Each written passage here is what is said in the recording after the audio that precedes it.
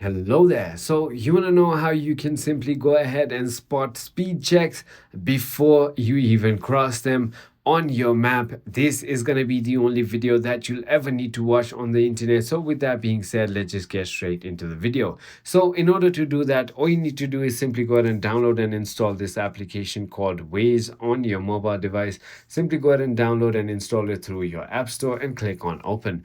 Once you've done that, simply go ahead and get started with this account by creating an account.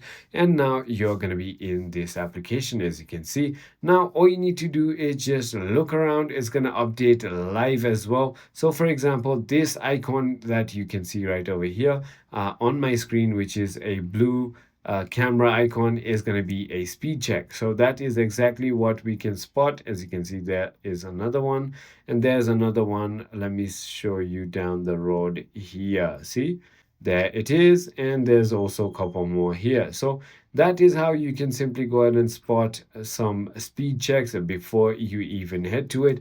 I hope this video was helpful to you. If it was, hit that like button, and I'll see you on the next one.